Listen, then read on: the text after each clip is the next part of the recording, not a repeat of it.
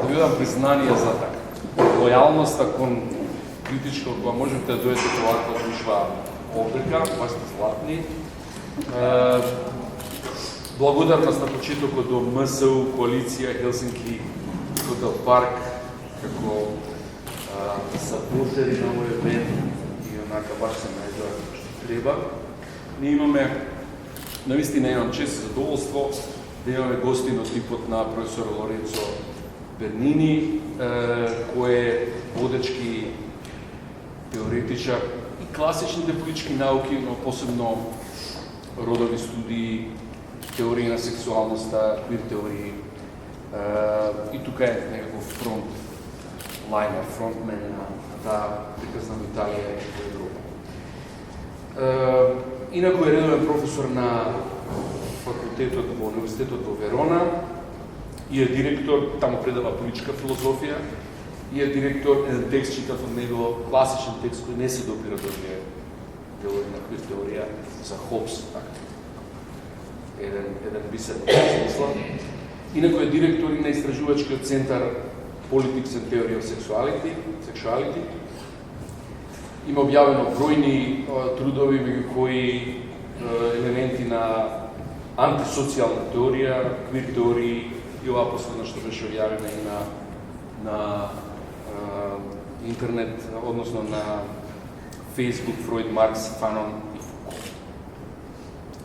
Инаку е многу возбудливо да се читаат тие текстови и која не сте блиски до, да речеме, не сте во таа теорија, таа либидалниот аспект на архетипот на фашизмот, поместен во новиот европски фашизм, таа либидалниот аспект посебно возбудлив. Тој од рајт навака се анализира, меѓутоа овој аспект кој Лоренцо го прави е многу интересен, таа политика на објектност, како нарекува, и тој врзана за тој архетип на новиот европски фашизм. Инаку, он е 10 години веќе професор на Верона, таму го обвинуваат за, така наречен, фрочизмо милитанте, во превод е милитантен педерлук. И доаѓаат мајки што тие се грижат, најдно на италијани, 80% од телефонските разговори се со мами, тие се грижат за своите деца, и доаѓаат со реденици, со бројаници, на екзорцизам во публика и заштита. И таква една серија на активистички или полуактивистички искуства. Меѓутоа, за секој случај, надвор од тоа се работи наистина за еден политички автор и филозоф кој е теоретичар, кој е за респект, инаку имаме чест да биде со нас тука. Јас нема повеќе да должам, тоа е во делот на кластерот на авторитаризам и право и психоанализа и право во критичко преспитување на правото. Тие два кластера го покрива ова предавање и влегува ова предавање.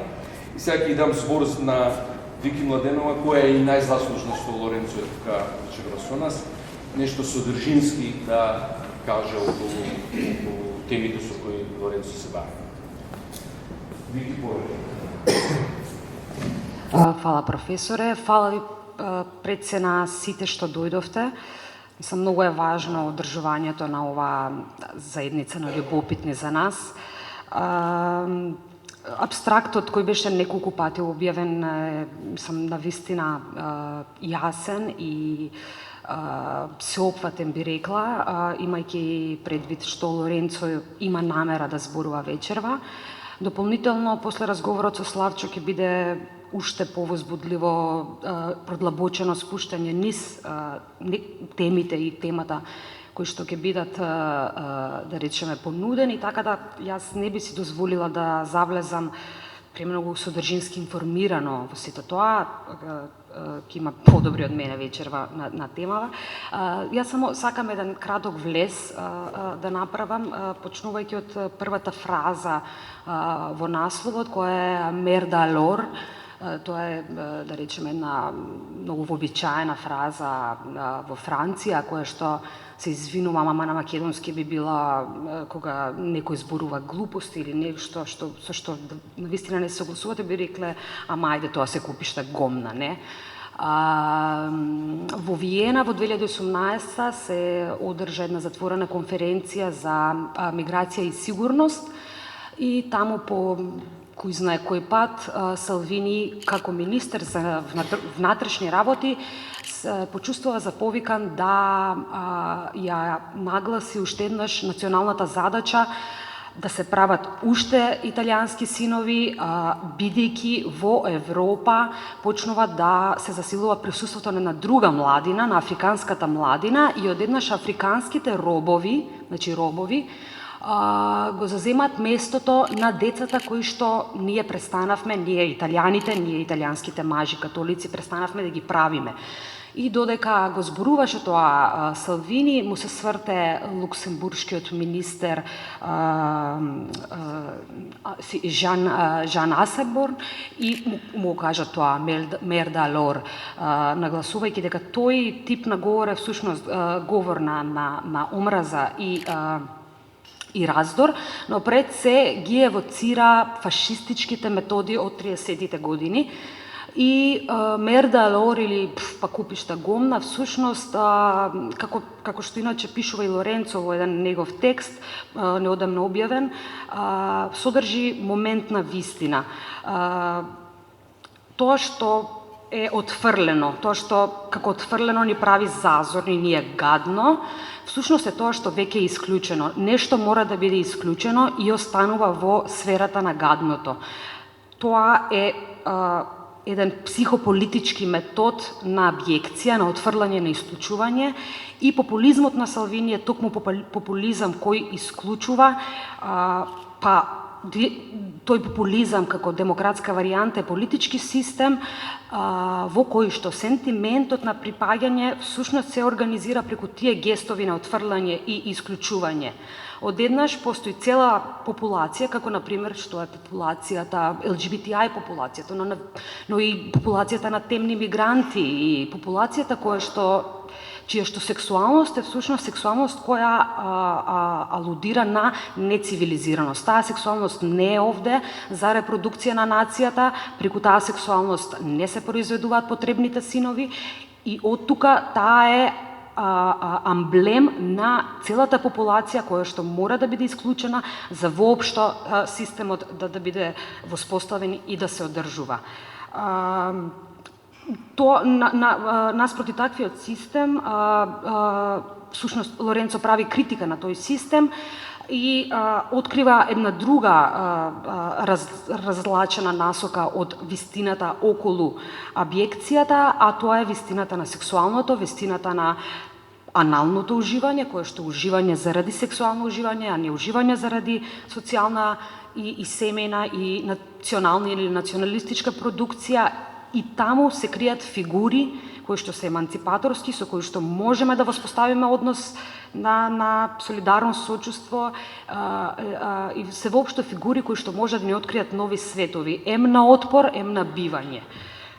Тоа è Lorenzo, grazie tanto per essere qua, siamo veramente felici di averti a Skopje e quindi ora sei tu qua. Ok, poi Slavco.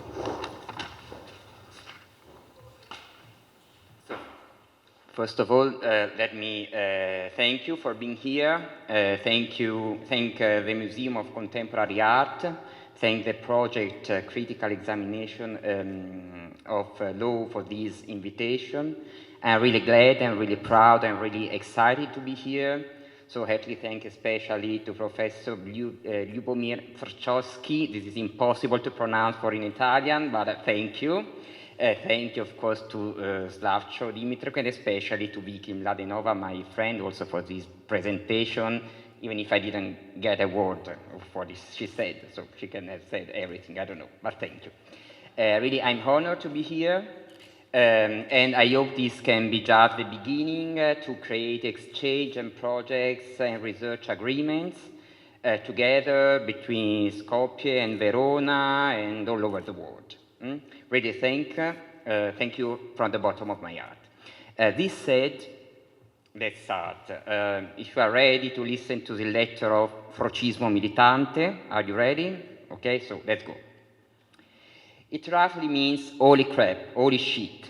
And it is the expression of disagreement that Jen Asselborn, Minister of Foreign Affairs of Luxembourg, addressed to Matteo Salvini when he was Minister of Home Affairs and Deputy Prime Minister of Italy. Merde Alors. The setting was the European meeting on immigration held in Vienna on September 14, 2018. It was a behind closed doors meeting, and Asselborn was not aware of being recorded with a mobile phone. As soon as the video uploaded on the web became viral, he accused Salvini of deploying the methods of the fascists from the 30s. About 3 weeks earlier, the Italian politician and philosopher Massimo Cacciari also burst out. The Italian government had decided to close ports to rescue ships for migrants. And during a television interview, Cacciari stated, I quote, "In the current situation, who is not ashamed and outraged is a piece of shit."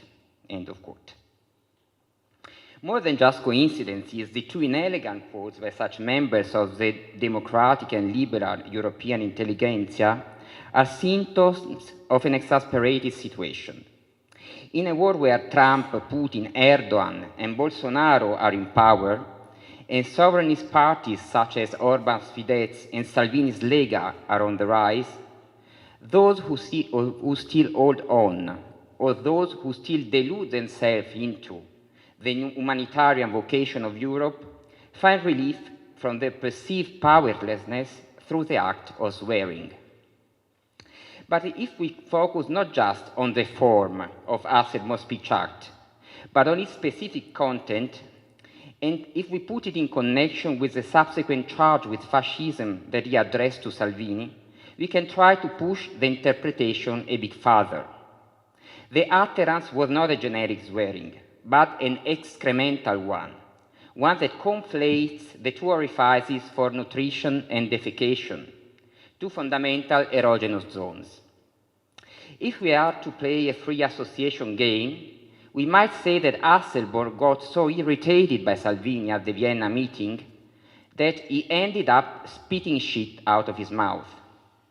Or to borrow an image from a movie, we might say that Asselborn turned into a talking anus, as the one depicted by David Cronenberg in The Shape of a Bug, in his adaptation of William Burroughs' milestone Naked Lunch. One could also recall another film, Pierpaolo Pasolini's allegory of fascism, Salò, or The 120 Days of Sodom. In particular, the final scene of the second circle, the circle of shit.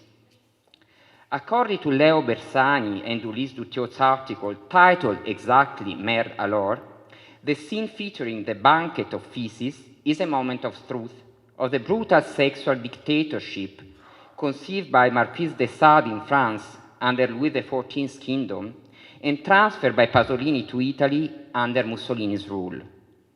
In spite of being one of the commonest laws of the French language, perhaps Asselborn's statement represents a moment of truth as well. It connects fascism and legism with a specific kind of sadism of which anal enjoyment or jouissance represents the taboo, the repressed, and also the obscene secret.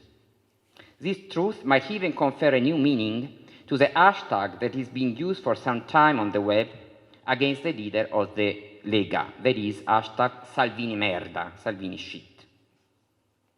As soon as he took office in the Ministry of Home Affairs in May 2018, Salvini announced that he would carry out a census of Roma people in Italy, an ethnicity-based census that fortunately Italian anti-fascist constitution forbids. Additionally, he expressed his regret that he could not deprive Italian Roma from their citizenship. Unfortunately, you must keep Italian Roma here at home, he said. His use of the adverb unfortunately, though, should not be misleading. Living in a home haunted by unwanted presences is a necessary part of his political project. This is testified by his pivotal security decree passed in October 2018 and still valid nowadays in Italy.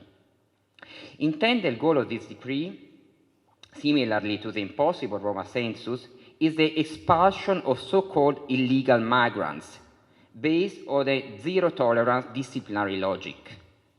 Yet, given the extreme difficulty of practicing forced repatriations, the actual logic behind the decree is that of a schizophrenic double bind. It has been estimated that the number of illegal migrants will increase of around 300,000 units in 3 years because of Salvini's decree. On the contrary, the number of disembarkation had decreased during the previous center-to-left government, which funded the Libyan police forces, the ones that imprisoned migrants in camps where extortions, beatings, tortures, and rapes happened regularly. Out of sight, out of mind, reads the refrain of the previous Minister of Home Affairs, Marco Minniti. The strategy of his successor Salvini, instead, is to keep people's hearts and minds well focused on a social emergency which does not exist.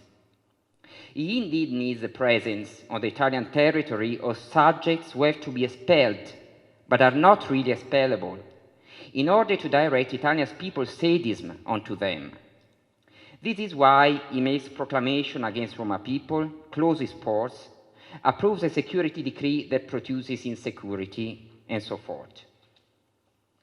At the Vienna meeting, in order to underline the strenuousness of African migrants to the civilized lifestyle of Italians, Salvini marked the formers in terms that are unacceptable for our liberal consciousness, that is, in terms of slavery instead of paid work. These are the words that outraged Hasselborn. I quote Salvini. I heard some colleagues say that we need migrants because the European population is aging. My opinion is different. I think I have been placed in government in order to help our youth to have as many children as they used to have some years ago. I am not here to eradicate the best part of young Africans, to replace the European youth who cannot afford having children. This might be the need in Luxembourg, but in Italy we have the need of helping our children to have other children, and not of having new slaves to supplant the children we have no longer. End of quote. Obviously, Salvini avoided to mention that the reason why migrants do not access to regular jobs lies in the Italian law system, and the European system as well, which he himself and his successor had just made increasingly stricter and contradictory. Besides this omission, what is most striking in his reasoning is the inconsistencies, the slippage from demography to the work sphere. For him, the possibility of a mixed-race European population is unacceptable to such an extent that the role he imagines for African migrants in an aging Europe cannot be that of new European citizens who have children, but that of slaves with no citizenship and no rights who work at the service of European citizens. Such a discursive slippage clarifies the euphemistic nature of the phrasing that Salvini initially used. He said, the best part of young Africans. But what he really meant since the beginning was the African slaves, the African scum that in no case shall mix with Europeans. Hasselborn's reply instead was absolutely flawless on the level of argumentative logic. He reminded Salvini that Italians have been migrants themselves, migrants, not slaves, who guaranteed their family's survival with their remittances. I quote Hasselborn. In Luxembourg, dear sir, we have thousands of Italians who came to work, migrants who allowed you in Italy to have money for your children, end of quote. And then, clashing with the consequentiality of these words, the slur erupted. which did not close the argument, but threw it into an abyss of signification, into the black hole of enjoyment, which Cronenberg represented as a bug, and to which Sade and Pasolini dedicate a banquet. The black hole where it is now time to enter. Merde Alors, hold your nose. In Salvini's intervention in Vienna, the reference to generational succession and reproduction was not casual, nor was the reference to slavery. On the contrary, together with contradiction and euphemism, the double bind and the double entendre, these are typical tropes of his current rhetoric. At the beginning of his political career, his messages were aggressive and vulgar. The Lega Nord has a hard-on, la Lega ce l'ha duro. This was a famous slogan by Umberto Bossi, mentor of Salvini, founder of the party, and advocate for the secession of northern Italy, the imaginary Padania, from the rest of the country. And Salvini reproduced Bossi's chauvinist manners to tease southern Italians. At the annual gathering of the party in Pontida in June 2009, for instance, Salvini sang, "Something stinks, even the dogs are running, it's Neapolitans coming. Naples shit, Napoli merda, Naples cholera, you make all Italy feel ashamed." End of quote. And again, in October 2012, he stated that only the north of Italy deserves to belong to Europe, whereas the South cannot afford the euro. In the past 6 years, water has been flowing under the bridge. Salvini turned the Lega Nord, the Northern League, into just the Lega, the League. He gained votes from southern Italians, and together with a five-star movement, he formed a coalition government which risked procuring an infringement procedure against the whole of Italy by the European Commission. This government now has been replaced in Italy by another coalition government with a five-star movement and the Democratic Party that is supposed to be on the left. Anyway, above all, Salvini, in the meantime, replaced Neapolitans with other polemical targets. And at the same time, he learned that polemic alone is not enough. For the sake of votes, it may be more convenient to appear also as victims rather than only as perpetrators. His current rhetoric is a successful mix of fear and rage, reassurance and hope, and conveys his ambivalent feeling through euphemism, coded messages, and contradictory arguments. Additionally, Salvini abandoned the guise of the independentist agitator and started wearing more amber clothes. During public speeches, or in the many videos he posts on social media, while he displays sweatshirts, undershirts, and even his chubby bare chest, he always talks as a dad. This is Salvini's new political mask. The big boy, once naughty, has now settled down and started a family. As a dad, he is now worried about the future of his children. A quintessential example of this new rhetoric is the programmatic speech that Salvini delivered in July 2018 at the 32nd annual gathering of the Lega in Pontida, the slogan of which was "Good sense in government."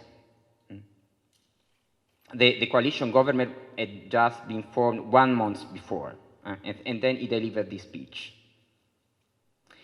Following Ernesto Laclau and Chantal Mouffe, but also Piero Zanvallon, we can define populism as a variation of democracy, where the feeling of belonging to the political community is expressed in negative terms of rejection rather than in positive terms of adhesion. What characterizes populism is not a specific ideology, but the opposition of a people against an elite. The elite is accused not to recognize the needs of the people. From the speech Salvini delivered in Pontida, the populist character of this good-sensical government emerges in its clearest shape. The elite to be countered is portrayed as a cultivated, leftist, and pro-European clique, the one which certainly includes Hasselborn and Cacciari, snobbish, radical chic intellectuals living in their attics, and journalists filled with envy, in the Italian slang rosiconi, who dare show their worries about the success of the Lega. This is the elite. The people, instead, is neither a specific social group nor a class. It does not include the less affluent or the less cultivated only, nor does it correspond to the workers. It is not a conglomerate of productive categories, and it is not the result of a rational pact between individuals. In Salvini's rhetoric, the people's body is first and foremost a collection of family units, made of self-absorbed couples with their kids, as in Valéry Sonana's depiction of patriarchal society in the Scum Manifesto. In a sense, this people itself does constitute a family. I quote Salvini in Pontida. This is not a party gathering. This is not a rally. This is a Sunday family meeting, a day of communion and community. Each of you is my brother and my sister. The children of each of you are my children. End of quote. As in the most traditional families, the father and husband speaks on behalf of his children and wife. He takes for granted that they agree with him. Yet Salvini's tone is not authoritarian or imperious, but sentimental and altruistic. Although he claims everyone's fatherhood, he does not portray himself as a patriarch, as the father of the fathers and the mothers in the audience, but as a father amongst fathers and mothers, whom he addresses as brothers and sisters, almost as if he were a diacon celebrating a rite. His sermon opens with a tribute to Gianluca Bonanno, a leghist member of the European Parliament who died in a car accident. Salvini comes down from the stage to hug Bonanno's mother, and the two of them kiss the tree of life that Bossi planted years ago in memory of dead leghist militants. And his sermon ends with the leader holding a rosary. I always carry it with me. An exploited woman made it, he explains, and then he adds, that woman could well be Nigerian or Italian. Therefore, Salvini portrays himself as a father amongst fathers, a pious and merciful one, who does not forget the dead and the neediest, even the Nigerians, especially when they are women to be saved from sex trafficking. Or better, I have to correct myself, not as a father. As I said before, Salvini portrays himself as a dad. He does not address a people made of mothers and fathers, but one made of moms and dads. That is a people of parents looked at from the perspective of children demanding attention, containment, and protection. In so doing, Salvini activates a generational short circuit, becoming dad and child at once. He is both reassuring and endearing. He offers protection while asking for it. His tone is steady, balanced, virile, a masterclass in style compared to Hasselborn's and Cacciari's outbursts. But the most ferocious contents are conveyed in a tender and even schmaltzy manner. To forget all compassion for murderers and rapists, to equip police with electric tasers, to close ports to ships aiding migrants. All such measures are equivalent to working towards a better, cheerful, and smiling Italy. Each argument takes a repressive, punitive shape, and yet Salvini does not take up the role of the responsible macho any longer, nor the role of the authoritarian father. Instead, he takes up the role of the good-hearted dad. Oftentimes he states that he is not propelled by revenge, anger, or hate, but by love. I see love here, he says of the Lega rally. I see no envy, no jealousy. He then quotes Catholic poet Davide Rondoni and explains that love is the task of the fearless. This way, the feeling of love, understood not in terms of a burning passion, as in its more ordinary connotations, covers in pink the electoral slogan of the Lega, Italians first. Because when he quotes Rondoni, who says that lovers are fearless, Salvini means that something to fear does exist, or better, someone. Someone who must be left behind the Italian people, gathered under the loving embrace of the Lega. But what is frightening is not the elite, the clique of pro-European intellectuals and journalists, but other subjects that are protected and championed by the elite. Salvini takes a detour in his speech, but he eventually reaches the conclusion that everyone in the audience was expecting from him. Frightening is that filth called mafia, camorra and 'ndrangheta. Filth that is filthy, schifezze che fanno schifo, he says redundantly, while promising that with courage he will uproot them from our country. This filth is immediately connected to other filth. For criminal organization like Mafia and Camorra announces, the party is over, la pacchia è finita. As it is for the smugglers of human beings. The expression is recurring in Salvini's communication. This is the slogan of the closure of ports, that the audience well knows, as it knows the final addressees, not the mafia smugglers, but the load of suffering humanity on their boats. This is the last ring of the metonymical chain drawn by Salvini. What he means is that the party is over for migrants. They are frightening, they are filthy, they are the enemies of the people protected by the European elites. Tones are clearly belligerent. Salvini does not forget to celebrate the anniversary of the end of the First World War.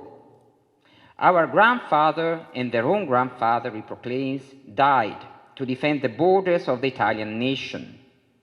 It is thus time to get back to defend these borders with courage, pride, and of course with love.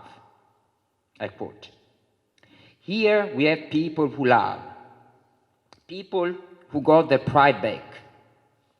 I would not be able to look at myself in the mirror if I were not using the 24 hours a day that God provides me with to defend the history of this country. And I can tell you that right now, for the third time in 1 month, there is a ship filled with slaves, which is not docking in Italy, but is going elsewhere. End of quote.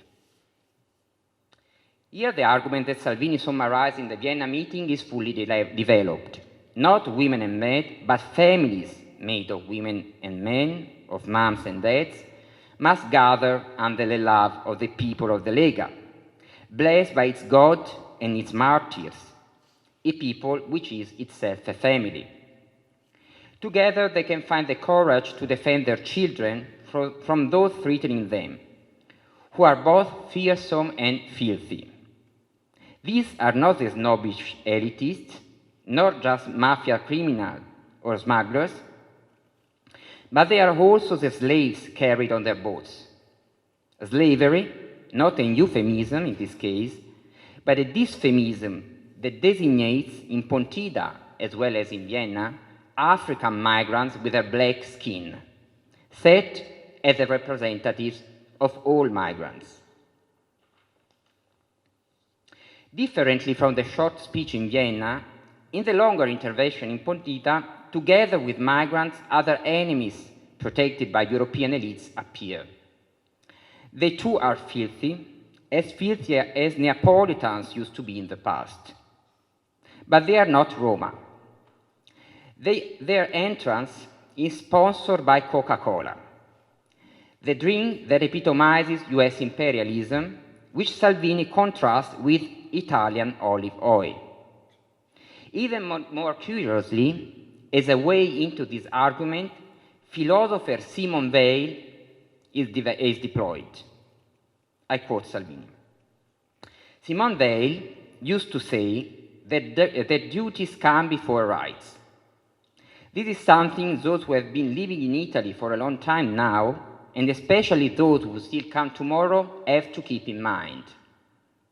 And speaking of immigration, Simone Veil herself, who can definitely be charged with populism, sovereignism, fascism, racism, Nazism, or Marxianism, as we usually are, Simone Veil herself wrote that everything that uproots human beings or prevents them from putting down roots is a criminal act. This is what Brussels, Berlin, and Paris have been trying to do in the past years, cutting our roots underground, erasing women and men in order to have numbers and consumers at the service of multinational corporations such as Coca-Cola, which sponsor pride parades in our cities to conquer new consumers. Someone then comes to tell us that Coca-Cola is healthier than Italian olive oil. They should drink it if they like it so much. I prefer olive oil. I prefer the products of my sea and my land. End of quote. Olive oil obviously cannot be drunk in the same ways as people drink a sparkling beverage. So please don't do it unless you need a strong laxative. Don't do it. But it is clear by now that neither logical consequentiality nor full intelligibility is among Salvini's priorities. His interventions, on the contrary, include subtexts that only small cycles of supporters can understand. His tendentious reference to the need for rules by Veil, philosopher of Jewish origin converted to Catholicism, who certainly can't be charged with fascism or Nazism, as Salvini points out, this reference assumes its full meaning when it is read along to other passages in the speech. After remembering Bonanno, the dead Bonanno in the opening, Salvini celebrates the success of the Lega by means of an aphorism. If you can dream it, you can do it. You know that the alleged author of this motto is Walt Disney, visionary father of animated theaters, whose past is on the contrary rather ambiguous. Controversies around his anti-Semitism and his sympathy for National Socialism are still ongoing. At the end of the speech, instead, to reaffirm that the scope of the new Lega extends beyond northern Italy, Salvini enumerates the flags being waved among the audience. He mentioned the Venetian flag with the Lion of St. Mark, together with many regional flags of Italy, of course that of Putin's Russia, and even, this is the point, that of the State of Israel. These three references to Judaism are neither casual nor really meant to lift the accusation of siding with neo-fascist and neo-Nazi movements. The contradictory figures of the converted philosopher, of the State of Israel, and of the film producer suspected of anti-Semitism this time sum up in a non-contradictory message. A tragic page of history is overcome through a silly reconciliation that refuses to take side in the dissent between totalitarianism and democracy, between racism and human rights, making all parties stand on the same level. After all, the deceased deputy Bonanno, who Salvini mourns in his speech, before being a member of the Lega Nord, was a member of Alleanza Nazionale and Movimento Sociale Italiano, far-right parties founded by former members of the Fascist Party, nostalgic of fascism. Of course, this is not common knowledge, nor does everyone know who Veil is and that the shadow of anti-Semitism is cast on Disney's past. Yet, recipients of such encrypted messages can easily decipher them. Salvini is saying, times have changed, and new alliances are needed, so that the pagan tree of life planted by Bossi can be invoked together with the Catholic and the Jewish God against a common threat. This threat became explicit later on, in a passage where defying logic, as usual, Salvini manages to keep animal liberation and pro-hunting positions together. I quote, "Leftist pester hunters in defense of environment and animals and tolerate the monstrosity of Islamic slaughtering, which makes animals suffer." End of quote. In conclusion, what Salvini is saying is that it is not time to pick on Southern Italians and Jewish people any longer, but on African migrants, in his words, slaves, and especially the Muslim ones who make the animals that our children love so much suffer. But the enemies pointed at in Pontida are not just migrants, as I was saying. Next to Muslims, references to Weil's roots and their conversion are meant to single out another enemy that the Lega shared with Catholic fundamentalists, another menace from whom children need to be protected. Salvini begins by saying, "And speaking of immigration," but the argument switches to a different topic. This enemy, he explains, is allied with European cultural rights and US imperialism, organizes pride parades, and relates to Coca-Cola in the same way as our roots in humanity, being women and men instead of sexless consumers, relate to genuine olive oil. Once again, Salvini can afford to be reticent. He can avoid naming his target, because the audience perfectly knows who the addressees of his disgust are. A disgust that is once again made explicit by the term filth, schifo. Salvini goes on this way, I quote, "Not numbers, men and women with their rights. We are not here to strip rights from anyone. Everyone in his own bedroom does what he likes, with whom he likes, and where he likes. But as long as I can voice my dissent and blood runs through my veins, I will always defend the right of the voiceless, the right of babies to have a mom and a dad, and the right of women not to be worms for rent. The sheer thought of worms for rent is filthy for me, of the woman as an object, of babies being sold in malls. This is not progress. This is the end of civilization." End of quote. So, worms for rent.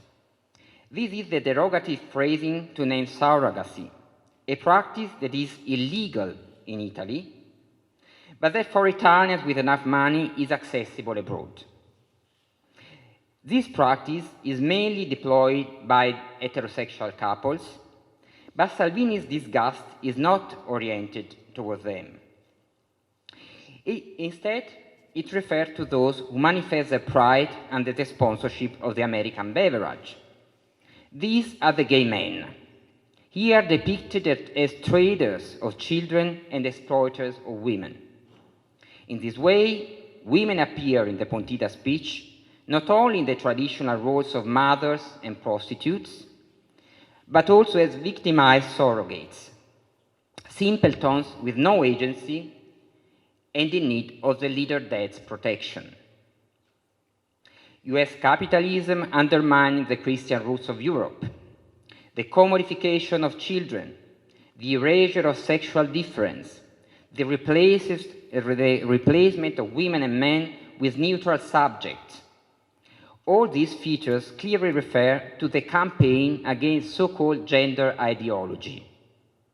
A campaign, or better, a crusade, that started in the mid-1990s, where Catholic and Orthodox and Protestant hierarchies, anti-abortion associations, and far-right movements are allied against the achievements of women's and sexual minorities' rights. The Italian parliament approved a law for same-sex unions only in May 2016. I know you don't have such a law here. We had it just since May 2016. And this law was approved in a highly discriminatory version that does not recognize the status of family of same-sex couples and defines civil unions as specific social formation. That is not family, but specific social formation, something different. Assisted reproduction treatments are not permitted, nor is adoption allowed in any form. This level of discrimination, however, is clearly not enough for Salvini. In January 2018, during the last electoral campaign, he participated in a conference titled Beyond the Demographic Winter, organized by the Let's Defend Our Children Committee and the Family Day Association. Here, the center-to-right coalition, to which the Lega used to belong, committed itself to abolish or profoundly change the civil union law, because, as said, this law offends the family and leads to the end of the human. But after becoming an institutional figure, in Pontida Salvini tones his voice down and declares that he does not mean to strip rights from anyone. At the same time, he does not restrain himself from showing his disgust for surrogacy, which becomes a symbol for the new kinships which at last are starting to be recognized even in Italy. The underlying logic is once again that of the double bind, the same which also informs the security decree and the announcement about the Roma census. The good-sensical government needs same-sex couples as yet another scapegoat. The sheer thought of homes for rent is filthy for me, Daddy says, without caring of the effect that such statement might have on Italian children who were born through surrogacy. But at an attentive listening, it becomes manifest that what is filthy for him is not the womb hosting the artificially fertilized egg, nor the vagina through which the egg is implanted. The filthy orifice is of a different kind. Everyone in his own bedroom does what he likes, with whom he likes, and where he likes, he says hypocritically. But from his hypocrisy, a slip of tongue pops out. In fact, what does he mean by where he likes, if the sexual scene is already set in the bedroom? Does it mean that people in the bedroom do what they like on the bed, on the floor, in the closet, hanging on the chandelier? Where he likes was not planned in the speech, for it does not appear on the text published online. This is why I say that it is a slip of tongue. More than the setting, this locution refers to one of the parts of the body involved in the non-reproductive act of penetration that Salvini imagines between the two men who trade babies. Not the vagina, but the anus. In bed, everyone does what he likes where he likes, he says. But the message he's conveying is the sheer thought of men having sex in the wrong hole is filthy for me. The imprecation Merde Alors that came out from Hasselborn's mouth to denounce Salvini's racism is thus up to denounce his homophobia as well. And more in general, as Hasselborn himself suggested after the Vienna meeting, to denounce his fascist methods. In October 2018, a few months after the start of the coalition government between the Five Star Movement and the Lega, a provoking pamphlet by Michela Burgia titled Instructions on How to Become Fascist was published, which sparked a wide discussion in Italy. Murgia's argument is that fascism shall be considered as a method, with the extraordinary capacity to contaminate everything. Many intellectuals, even on the left, even among the ones most unwanted by Salvini, have polemically engaged with the author, stating that fascism is instead a particular historical regime, and that history does not repeat itself, that making a parallel between the new Italian populism with fascism is a trivialization which gives rise to false alarms.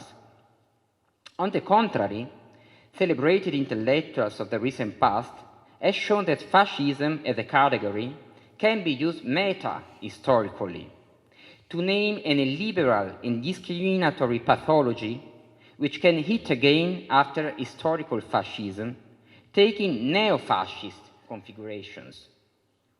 Already in the 1940s, for instance, under the direction of Theodor Adorno, the Frankfurt School started a research project on the psychology of fascism. Analogously, in his preface to the 1977 edition of Anti-Oedipus in English, Michel Foucault suggested to consider fascism and anti-fascism as two opposite ways of life. And lastly, in a 1995 well-known conference, Umberto Eco warned the audience against what he deemed eternal fascism or ur-fascism. That is, a constellation of political archetypes that have always been present in modernity. Among these archetypes, many can be found that emerge in the Pontita speech as well, though in a concealed and softened form. The syncretistic worshipping of tradition, the celebration of blood and heart, the rejection of critique and disagreement, a diffidence towards intellectuals and cultivated persons, the appeal to a frustrated middle class, the conception of a people as a monolithic entity expressing one common will. And lastly, the fear for difference, racism, sexist chauvinism, homo, trans, bi, panphobia. But in the Pontita speech, there is much more than this. Those who are capable to read between the lines can detect references to the historical experience of fascism, sympathetic blinks to those who are nostalgic for it, and a call for consensus among neo-fascist circles. A few weeks after the annual rally of the Lega, Salvini replied to some critiques by journalists with a fascist motto: the more the enemies, the bigger the honor. The tweet was posted on July the 29th, anniversary of Mussolini's birth, accompanied by a blinking emoji, send it, and heart-shaped kiss. Because there is no doubt that on an aesthetic level, Salvini's leadership is far from Mussolini's leadership. First off, Salvini's leadership is not supported by the disciplinary logic of propaganda, but by the neoliberal logic of marketing. Differently from the Dux Mussolini, the captain, as Salvini is called by his supporters, does not embody a normative ideal behavior. It does not express an exceptional personality to which people should conform. On the contrary, it draws from his people the statistical norm around which he shapes his own personality. Also, the look and the lifestyle he often exhibits on social media are very distant from Mussolini's in-your-face and psychotic masculinity, patriarchal, both authoritarian and libertine, that made the average Italian of the first half of the 20th century dream and feel inadequate at the same time. And Salvini is distant as well, both from displaying the moral austerity of the founding father of post-war Italy, and from the vulgar display of money and young women around which Silvio Berlusconi built his success. A 35-year-old divorced guy with 2 children, dumped on Instagram by TV presenter Isabella Isoardi, and rapidly re-engaged with 26-year-old Francesca Verdini. Salvini settles for his anti-heroic and anti-erotic role of dad. He looks like the neighbor everyone may stumble into, who proudly brings children to play football or volleyball, who rushes to the mall to do groceries after work, and who can finally relax at the weekend having a beer in the cafeteria next door. He is no role model. He is a man like many others. And like many other men in present times, he attempts at demonstrating his masculinities as he can, by resorting to patriarchal imaginary of the past, of which he manages but to give a caricature. All these features make him likable to some and very damaging to others. because the liturgy of their Matteo might well be the faded copy of the fascist trinity God, fatherland, and family. But the lot of hatred that nourishes the ritual remains unchanged, despite being covered under the layers of love. I am aware that the cinematic images I provided at the beginning were referring to Hasselborn's outburst, but might look gratuitous and repugnant. But they were meant to evoke at the level of emotions the powerful psychopolitical archetype adopted by Salvini when he pronounces the word filth, schifo. In Gender Trouble, Judith Butler calls this abjection, describing it as a double movement of expulsion and repulsion through which others become shit. In particular, the banquet of feces in Salò, or the 120 days of Sodom, and the talking anus bag in Naked Lunch are metaphors for the kind of phobic and sadistic aversion that male homosexuality traditionally arouses in men. Freud provided a classical description of it, which can be equally applied to Salvini's rhetoric of abjection and his rhetoric of fatherhood. In the Freudian narratives of sexual development, where the protagonist is always the white, heterosexual, cisgender man, civilization forces the subjects, since an early age, to perceive the anus and its products as disgusting objects. And once the subjects become adult, they turn the anus and its products into the symbols for everything that must be expunged from life in common. The tabooing of anal pleasure, to cut it short, is for Freud the premise of sociality. But it also serves the pivotal function to establish the primacy of genital reproductive sexuality over all other forms of sexuality. Thanks to such taboo, and if nothing goes queer, over time the song will take on the role of the father in the deeper succession of generations. The libidinal energy of the repressed anal drive, instead, will feed both the paranoid fantasy to fall back into it and the sadistic enjoyment to repress those who have been chosen as its disgusting representatives. Gay men, in the first place, as Pasolini and Burroughs pointed out, yet not just gay men. In Black Skin, White Mask, for instance, Frantz Fanon goes back to Freud's theorization to show that also the phobic aversion for black men has psychosexual origins. Racism, in his analysis, is ultimately a synecdoche. The fantasy of a primeval, unleashed and violent sexuality barred from white civilization is projected onto the colonies. This way, the black man transfigures into a huge phallus, which arouses revulsion and fear, but also envy and attraction. In Fanon's view, behind the phantom of the black rapist, there lies the desire to be penetrated, even ripped open, he writes, by that monstrous phallus, an unconscious desire that a racist woman shares with her man. A masochist desire, then, and homosexual. In short, the huge erect phallus of the black man is a mask for the contracted anus of the white man, which is the primary source of abjection both in the metropolis and in the colonies. I do not mean to take this fascinating theory literally, but I cannot help noticing that they strongly resonate with the crisis between gay men and African men which Salvini makes, with the conflation between immigration and pride parades, which he operates after referring to veil.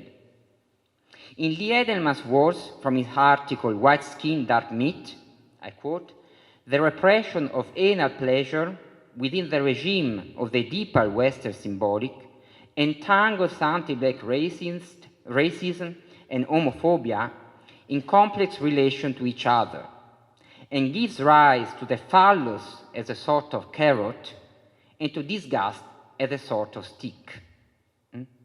The switch from Bossi's ardor to Salvini's good sense should not be misleading. Through the limp language of an endearing paternalism, the Pontida speech remains fully located in this Oedipal Western symbolic, which it shares with far-right Italian movements, nostalgic of historical fascism, whose main glues are nowadays the Catholic crusade against the rights of women and sexual minorities, and the nationalist campaign against Muslims and African invaders. According to Laclau, Muffer, Rosanvallon, as previously said, the populist polemic against the elite is not tied to a specific ideology. Nonetheless, it always needs ideological glues. Whereas the populism of the captain is expressed by a protest against a pro-European clique of intellectuals, the rhetoric of abjection immobilizes against homosexuals, migrants, and Roma people conveys an extremely dangerous ideological glue. Edelman, in this respect, is extremely instructive when, in No Future, he names fascism of the baby's face, the political use of childhood as the empty placeholder of social totalization. By means of this argumentative apparatus or fascist archetype, we might once again say in Eco's word, the child endows those who take up the task to protect future generation with a salvific role. And the child sinks deeply into abjection, into shit, those who are made representatives of an unlivable life that does not deserve any future, for it corrupts younger generations. In the captain's daddy's view, the truth comes not only for migrants and homosexuals, but also from their offspring, children that are not considered worth enough as to contribute to the repopulation of the countries he claims to be fond of, and who are contrasted with those children who are born from moms and dads of pure Italian blood. The child to be defended is thus not any child, but the marker of a clear idea of the future that has to be identical to the present. The son repeatedly evoked by Salvini is the one who will take his same place one day in the generational chain. Any other possibility is as filthy as the choleric Neapolitans that once he did not hesitate to call literally shits. Huge Coca-Cola cans tearing children from their mother wombs. Slave invaders whose reproduction is not even imaginable. Unnameable children who should never be born. Apocalyptic figures of the end of civilization and humanity, like Cronenberg's talking anus bugs or Pasolini's coprophagist libertines. It is as if Hasselborn, turning into a talking asshole, had mirrored the Italian deputy ministry, thereby identifying for a moment with him. It is Salvini's fantasy to incarnate the body of a people exclusively made of white, straight, fertile Italian families. It is Salvini's fantasy to incarnate the will of these people, its sentiments, and also its sphincter, taking enjoyment from the evacuation of the excrements, and even more from the retention of them. Double bind, double enjoyment. In recent history, Italy has often emerged as a successful lab for political experiments. After the First World War with Mussolini, fascism was invented there and quickly spread across Europe. In the 1990s, Berlusconi anticipated Trump's entrepreneurial populism. If Salvini will become, as he wishes, the leader of the sovereignist front in Europe, then we risk that Italy will once again perform the role of a political avant-garde, that it will export to Europe a populism of a new kind that is nonetheless in continuity with the scathing features of the war's past. History does not repeat itself, that is true. But a neo-fascist daddy is marching on Brussels with tight butt cheeks. Thank you. Thank you, Lorenzo, for the lecture. It was very inspiring, and I believe for a lot of people here it was reminiscent of many speeches and strategies that we also had the occasion to witness in Macedonia in the past 12 years, especially the previous government. We had the occasion also to have a look around the city center, which is a monumental embodiment of fascist and reproductive futurism. I would like to, just for the audience, this will not take long. I have like a few questions for Lorenzo just to open the floor, so the rest of you can join in anytime if you have questions related to the lecture.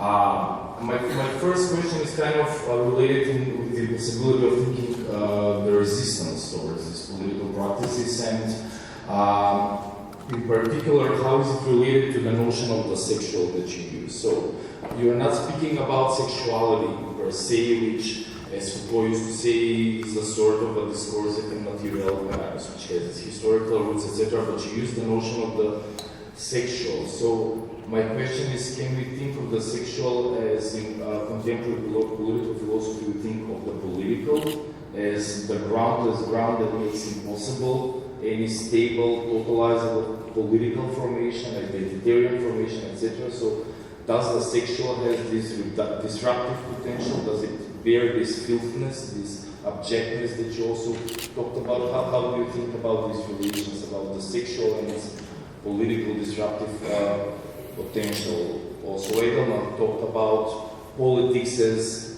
operating through this psychosocial, psychopolitical register as the place of fantasy for totalization, meanings, and identities, which always get disrupted by what the queers represent in the social imagination. So that would be like my first interest point for discussion. Thank you. Actually, it is a very big question. I try to answer quickly, because I really would like to know if someone also from the audience wants to make questions, or not just questions, maybe comments or critique or you mentioned the architecture, and it was really incredible for me to see all this whiteness, these bright movements, these lights, and it is linked with what I call neo-fascists here. So the idea that the nation is built in whiteness, without darkness. So the sexual to me, and the Anna in particular, is a dark spot from where we can start to resist. I did the sexual exactly as you mentioned to make a difference of many other aspects of sexuality. You know, sexuality, they say it in many ways. For Foucault, is a power knowledge apparatus, it's a question of power and resistance, so it is already politicized the concept. Barker, for example, she examines sexuality from the point of view of gender and gender identity. Sexuality can be considered as desire, like in the Freudo-Marxist tradition, for example, in Marcuse. So the sexual is another way to say the sexual drive. It is a particular aspect of sexuality that Freud theorizes in the three essays of sexuality of 1905, and then Laplanche, Jean Laplanche, a French psychoanalyst, rewrote this concept a lot, and Bersani and Edelman. These are, of course, my references. And yes, I think that the sexual conceived as a drive is not is something that requires us to rethink the subject. The sexual subject is not a political subject that is seeking for recognition, for a livable life, like Butler says. The sexual subject, the subject of the sexual, is a subject that does not search anything, because he is driven by the drive, by the sexual. It does not choose. It makes disgusting things. It makes things that it cannot say socially, things that is ashamed for. So it is a disgusting, filthy part of ourselves, of the subjectivity, something that dispossessed us from our will, from our intention, and this can be a starting point for resisting the totalization of the political. To recognize that the filth does not belong to the other, but each of us is filthy somehow. So this can be the starting point for a practice of tolerance. That's my point, to recognize these parts. And it is something that, you know, the mainstream gay movement in Italy, especially after the civil union law, try to forget. Now we are citizens as the other, we are wives, we are husbands, we are not the representative of the sexual any longer. But does the gay father have an anus? That's my question. So if I would like you just to continue maybe a bit on this line. This identification with the point of filthiness, or the object, that which is, I don't know, expelled, repulsed from society's idealizations, is actually the place where we can think politics of solidarity. We can find points of identification beyond identity, especially because you talked also about Roma people, you talk about migrants, sexual minorities and gender minorities, which is also something that we have or can identify pretty easily in this context. So in those terms, how would you comment on the politics of respectability which are deployed by many marginalized groups nowadays? What would the final effects be, or how can we oppose that kind of thinking of politics of resistance? So instead of respectability, trying to bring in the front line the filthiness that actually is the uncanny point for the social totalizable project. On this point, I think that there is a distance from, I am distant from Edelman's perspective. What you said is somehow how I do understand Edelman. It is not clear what does it mean when it arrives at the sexual drive as death drives as a political drive. It is not clear, and he speaks of queerness. When you read his text, you don't know what queerness is.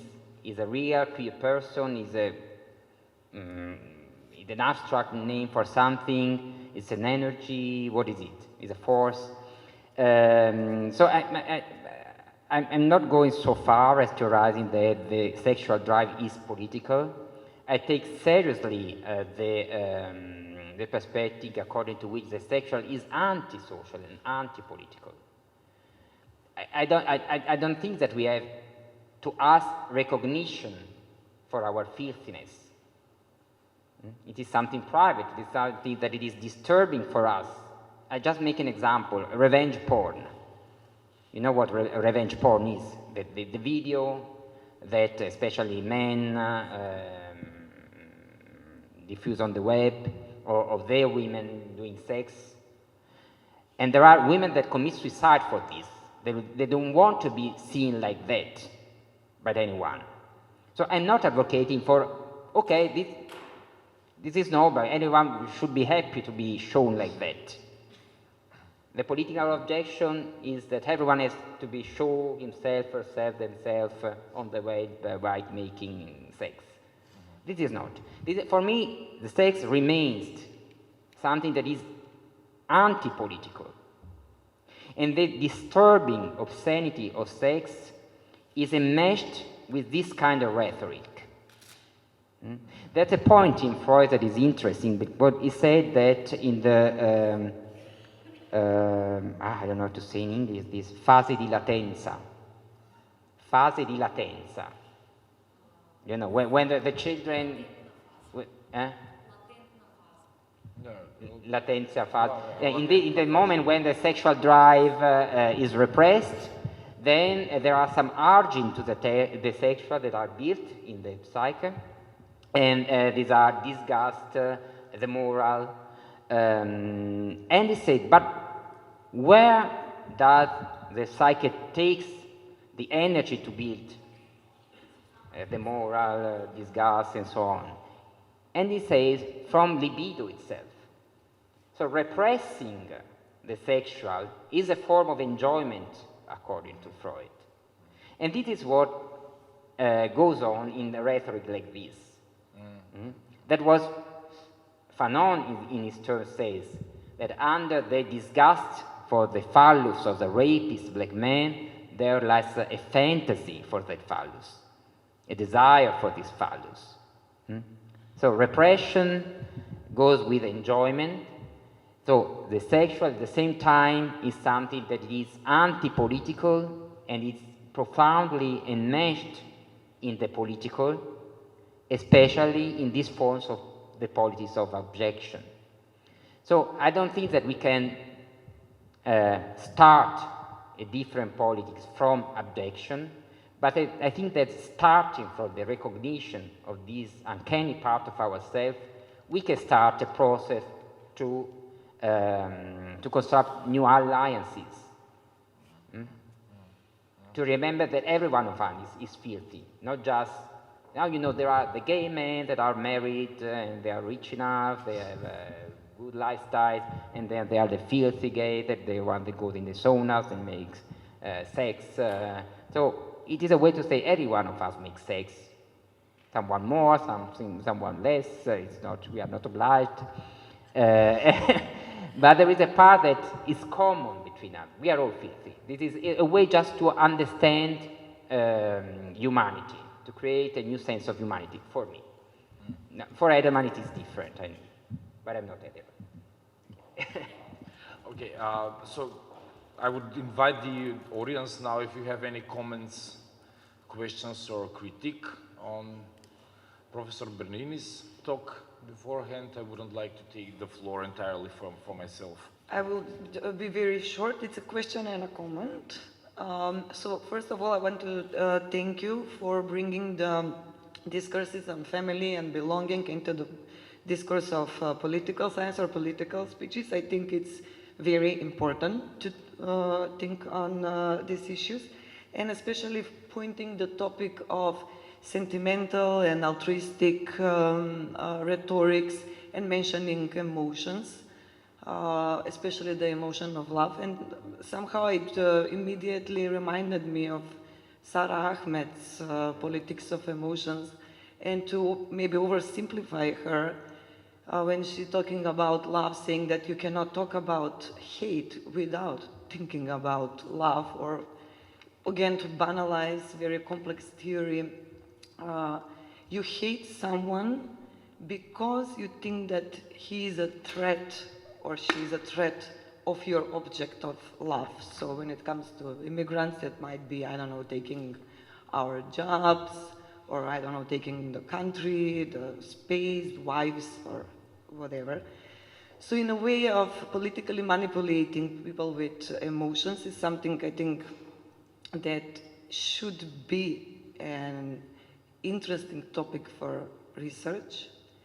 And I have a question that is, we talked a lot about the politics of the right and their phantasm on building communities that are somehow imitating family, like nations, ethnicity, or building communities that are based on supposedly shared ancestor or blood and genes. But do you think that, what do you think about maybe the same project within the left political spectrum, or building communities that are based on identity? Do you see crisis here? Do you see maybe losing the potential of resistance, or just maybe a logical step forward? So thank you for your questions. Yes, of course, Ahmed, when she says that love and hate are linked together, she once again is quoting something that Freud said is in the civilization, and in this context it's really clear that love as a political glue is supported by hate. And he says that, for example, about Jewish people, and this was before the Shoah. But in that text there is strong pessimism on what is going on in Europe. So yes, now this is interesting. Once again, I am interested in this rhetoric of love,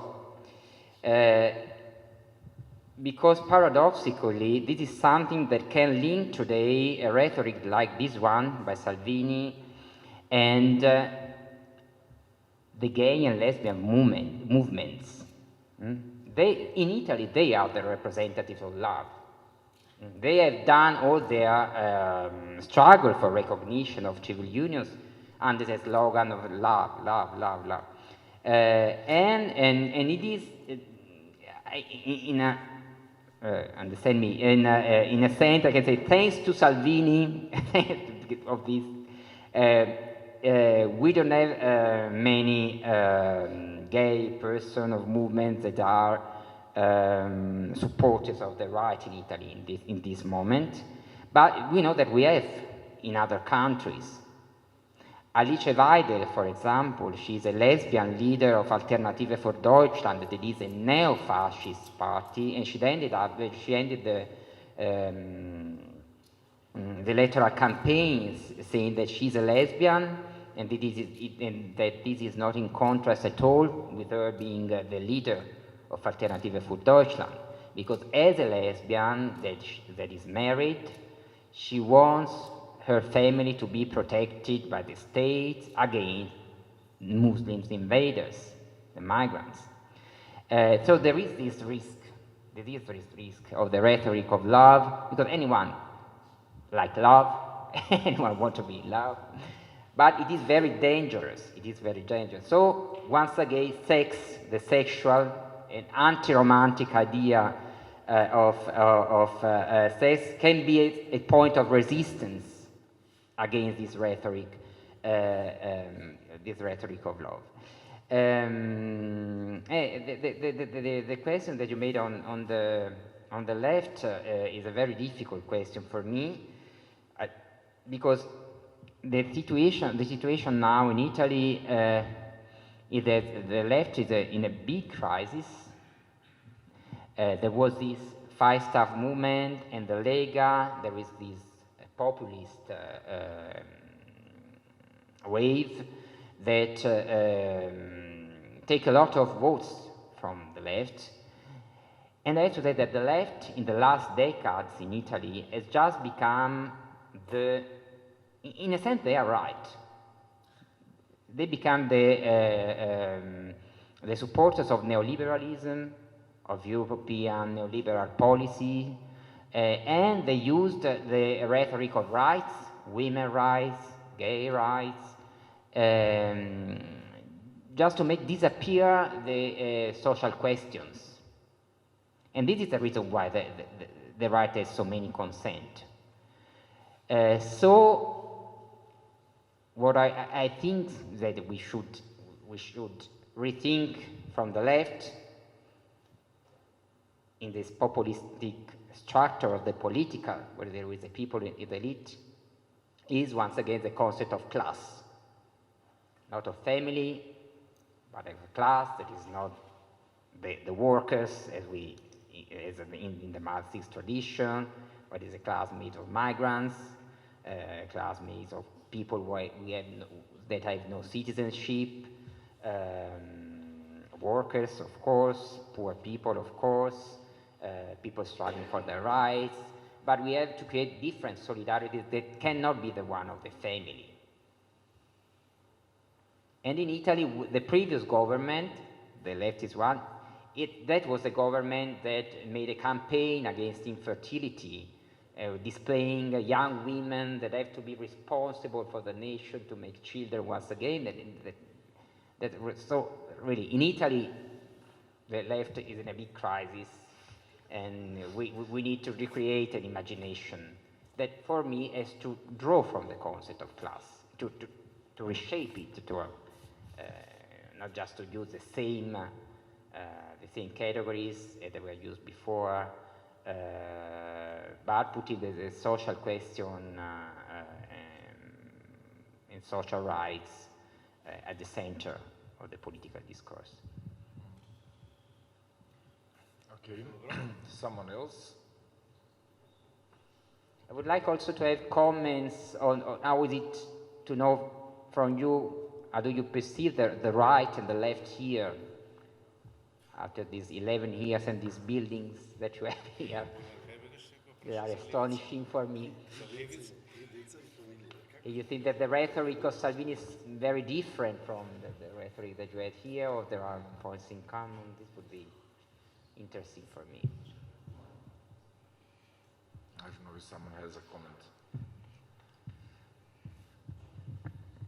Well, that will be another lecture, but there is a huge experience in Macedonia concerning populism and this kind of rhetoric and fantasies about mythology of the nation and family, and also having third children campaign and whatever. That was a huge experience here on the right. But the problem is that they have, in a way, regular voters. 300,000 means half the Syria's population, Macedonia, always in any case. And that kind of sticky ideology is very poisonous, really. And here we suffer that in a serious way, 11 years. I don't know how is it in Italy, but here is a really rough experience of that kind.